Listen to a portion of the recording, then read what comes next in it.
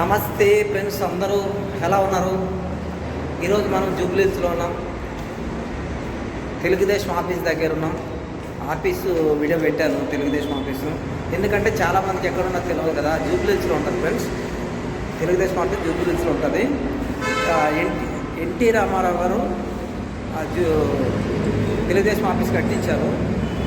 చాలా బాగుంటుంది. ఇప్పుడు అప్పుడు కొంచెం సైడ్లో అనేది, ఇప్పుడు చాలా పెద్ద ఏరియాలో అది జూబ్లీహిల్స్ అంటే. సిలుకూరు బాలాజీలో పెద్ద హాస్టల్ ఉంటుంది. అక్కడ దాదాపు 50 ఎకరాలు 100 ఎకరాలు ఉంటుంది. పెద్ద పెద్ద హాస్టల్ ఉన్నాయి. లేని వాళ్ళందరూ చదువుతుంటారు ఫ్రెండ్స్. అక్కడ కూడా నేను చూశాను. ఎన్టీ రామారావు గారు చాలా పెద్ద పెద్దవి హాస్టల్ ఇట్లాంటివన్నీ కట్టించి నిర్మించి వదిలేశారు. ఇప్పుడు కూడా నడుస్తున్నారు ఫ్రెండ్స్. అది లేని వాళ్ళు చాలామంది చదువుతున్నారు.